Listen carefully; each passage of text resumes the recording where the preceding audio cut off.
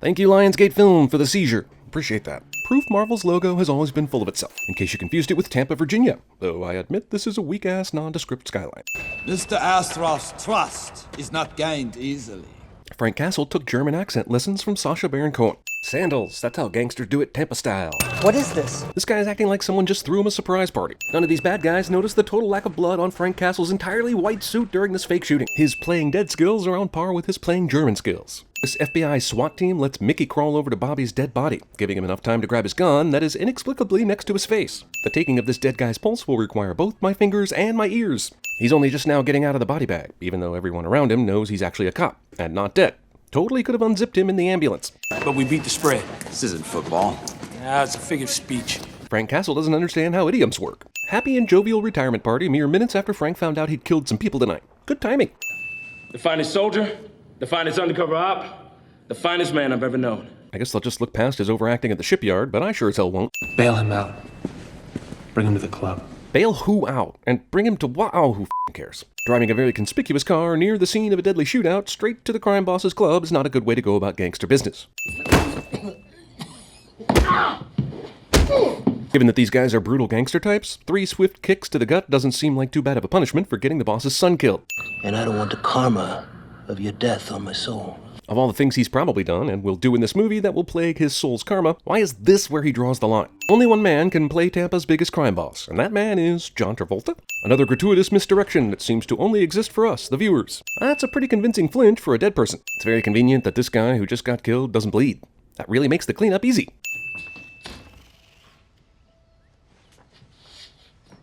How did she know he was there? Her husband's senses must be tingling. Both these assholes leave the door to their home wide open, like it's not a welcome mat to bees, flies, spiders, raccoons, and other pests. London's a safe place where we can all be together. It's also way, way better than Tampa. You're such a special boy.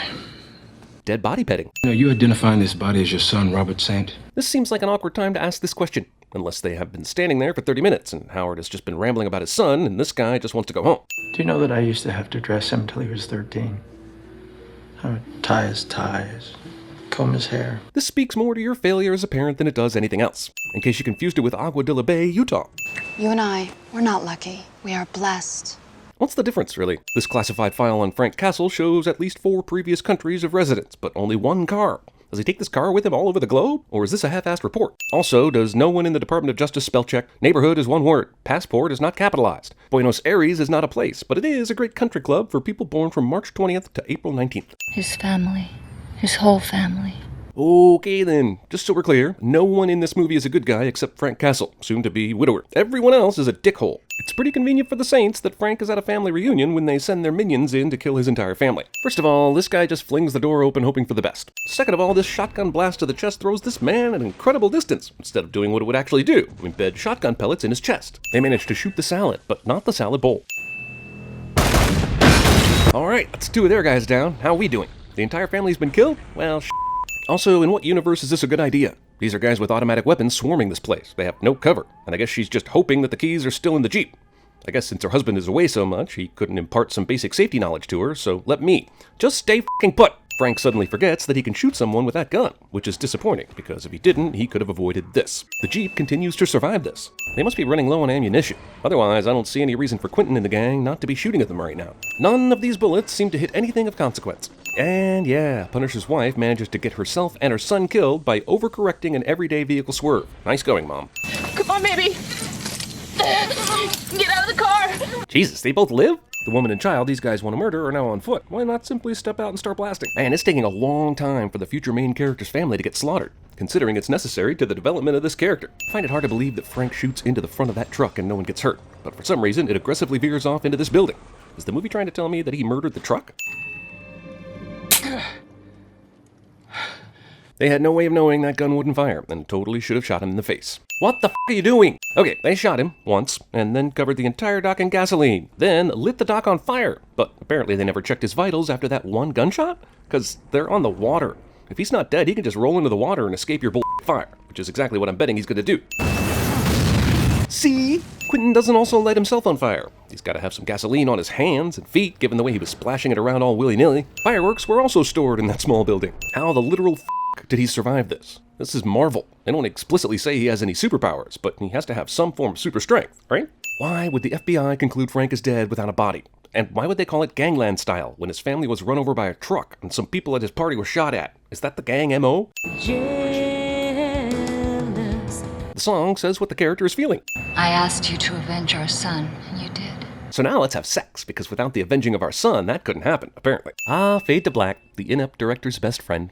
Not the first we've seen of it in this movie, and surely not the last. Jesus, he was clean-shaven the night his family was killed. How the long has he been away to have a beard like this? Like 2 to 3 weeks? God, this movie is trying so hard to make me feel Frank's personal loss, it might as well be a Nicholas Sparks movie. Let's add no cuts to the hand to the list. The cops who cleared this mass murder scene left behind a case of easily accessible weapons. It's pretty convenient this is the shirt he found and not another shirt his son gave him. Number one dad would make for such a less menacing logo. Vaya con Dios, Castle. Is he gonna walk back to Florida from Puerto Rico as a presumed dead man with no money or even clean clothes? These stupid bad guys are so sure they killed him with that one bullet they don't even stake out his known vehicle modification areas. Also, you killed my family, now I'm gonna soup up a car. Also, the Fast and the Punisher, yes. Is proficiency in welding and engines one of his maybe superpowers too? Or did they cut out the scenes of the Punisher signing up for correspondence classes? You are insignificant. Whoa, sudden Ben Foster is sudden. The f did he come from? Overweight Italian guy is now eating pizza while making pasta. This may actually be racist. He hasn't slept all week. It's pretty convenient for Frank that he moved into a building with a woman who is a hotter version of his former wife. I understand he's pissed about his entire family getting murdered, but that doesn't excuse the reckless driving. What's the torch for? Guy who knows what the torch is for is just buying time, and in the process, he's bloating this film's runtime. The Punisher has both a sense of humor and a conscience, which makes him basically a shell of who his comic book self is supposed to be. Isn't the whole point of the Punisher his violent, righteous rage? First Wives Club had a more brutal interrogation scene. Also, is popsicle torture something you're taught, or something you know about inherently? I'm disappointed we didn't see a box of popsicles during the weapons prep montage. He's killing someone, and we're next. The filmmakers deemed it appropriate to have Frank Castle live in a building with cartoon characters. I hate the Saints. All of them. Mickey must be a Falcons fan. Let's not forget Johnny Boy, the son you didn't kill. What a putz. Well, he's a putz with underwear-free girls tiptoeing up on his ride, so, I mean, I'm just saying. In the grand scheme of avenging your family's murder, is dramatically ripping up your tombstone really that high on the list of necessities? So, Punisher somehow planted this tombstone message on the green at just the right time for Travolta alone to encounter it? Look, if he's omnipotent, there's no reason this movie should be over 2 hours long. It's been 5 months since my family was killed. I don't see one man in jail. Obviously, you're upset. Like everyone else, they thought Frank was dead, yet this guy is completely glossing over that, and consoling him like he got into a minor fender bender in the parking lot. In a place with copious amounts of dirty money run by an extremely wealthy gangster type, there are no bodyguards or security cameras to prevent Frank from walking around this facility in plain view. I guess the black pleather trench coat really does work. You know whose building this is? For money laundering accountants, these guys are really bad at filling up a briefcase with money, which I would assume would be something you'd learn on the first day of Shady Accounting 101. All the people that presumably have a lot of money are outside clamoring for this money. I guess the filmmakers didn't want to make this too accurate with all the trashy homeless people coming out of the woodwork to participate. Did they take all the bills out of their packs of 10,000 before throwing it out the window? We should at least see one full pack of bills fall to the ground, right? These two presumably highly trained killers just stand there instead of shooting Frank or running away. Movie suddenly becomes a western, because being pissed about your family's murder equals sudden super quick draw skills. Duh. How is it that there were only 2 guys guarding the lobby of this building, and Frank was not immediately swarmed with henchmen who shoot him on the spot? He is in a f***ing Saints building that is also a bank. We're not lucky. We are blessed. Movie subjects me to this line twice. Also, why is Howard not giving his son and Quentin a harder time for not making sure he was f***ing dead in the first place? This weather. Yeah, just a little polluted, don't you think so? I've seen hurricanes. This movie can't even have a small talk without making it sound choppy and uncomfortable. Oh, I see. They share an apartment complex with Frank. That totally validates their screen time. Totally. Dave's the one with all the metal, and Bumpo's the... Well, you can probably figure out which one Bumpo is. That's racist. Did you know? No. Why the f*** would she have known them? I mean, Tampa isn't a huge city, but I doubt she would be like, yeah, Maria would occasionally come out to the seedy part of town to buy drugs from Dave. Now showing the Buenos Dias Pablo Film Festival. The Good Day Pablo Film Festival? The f***? Who was on marquee duty last night? Cypress Hill, I'm looking in your direction. Frank Castle, movie's supposed protagonist, willfully parks in a handicap spot. Granted, he gets a ticket for it, but that doesn't remotely excuse the act itself. Movie still inexplicably cares about Frank's fellow apartment dwellers. What the f***? Who walks into a diner and just starts strumming their like this? I know it's a movie, but goddamn, this is some New York subway in the Middle America diner. F*** off, movie. The only thing that would make this more cliche is if it was a lady pushing a stroller. Undead vigilante revenge assassin has a conscience, so you'll like him and forgive all the terrible he does. You are one dumb son of a bitch. Bring a knife to a gunfight. And you are one dumb son of a bitch for not just killing him at the diner, and for stealing that line from the Untouchables. There's zero traffic on this street. 2/3 of the way through, and his apartment neighbors are almost more fleshed out characters than he is. Also, this movie might mark the most tragic use of Ben Foster, which is saying something because he was in big trouble. I know it's not Thanksgiving, but I'd like us to all say what we're thankful for. Do we all get to participate? I'm thankful that this movie will eventually be over. Thanks for Diet Pepsi. So is the budget supervisor on this movie. John Stamos and Jerry O'Connell both struggle to watch this film because of how terrible it is. Why is it that when we see her face, they are inches away from kissing, and when we see his face, they are further away from each other? I guess she keeps quickly moving backwards and forwards between shots. Wow, he's almost out of... Well, I guess we're going to the liquor store then, no?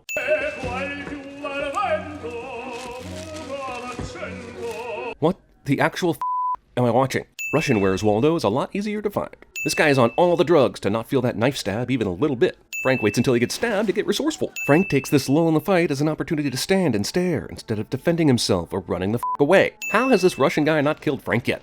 Granted, that would be the end of the movie, and even though that would be a sweet relief for us all, it would make a pretty shitty ending. But this fight is now the freakishly muscular giant Russian equivalent of playing with your food. Ladies and gentlemen, this movie is now a Tom and Jerry cartoon. All that prep work to have that gun there for this. He's still not dead yet. So stab wounds won't slow him down, but a pot of hot water and a fall down the stairs will kill him.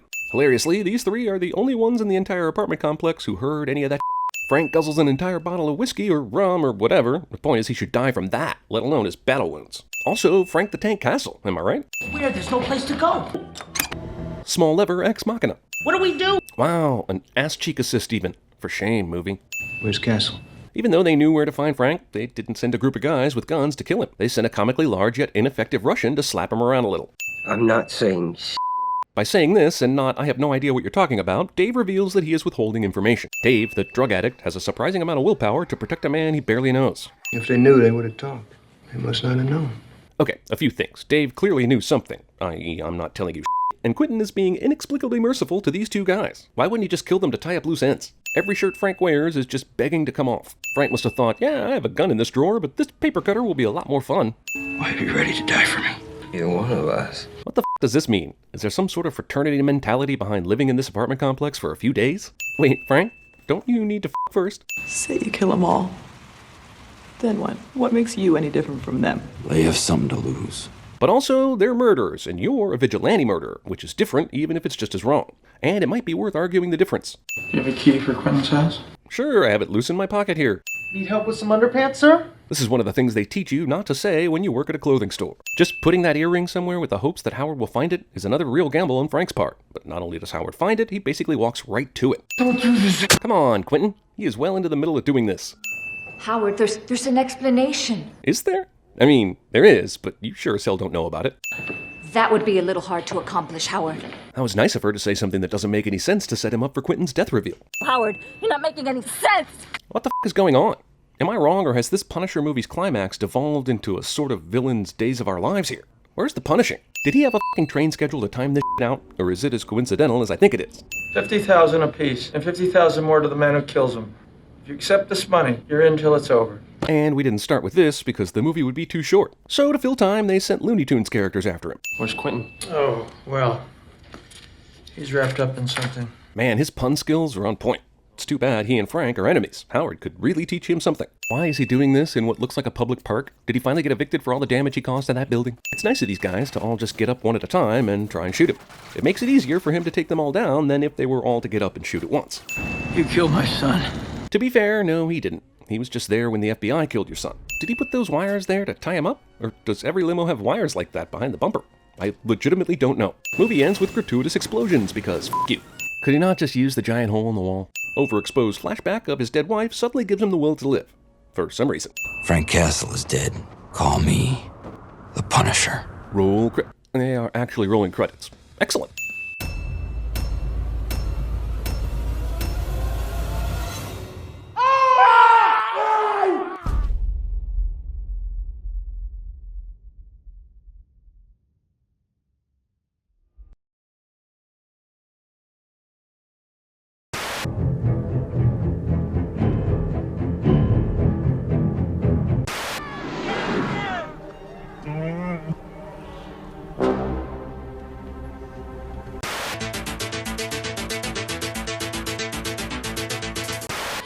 You know whose money this is?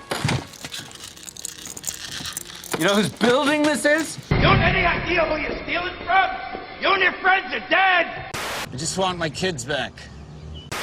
So very old one. So like the wind!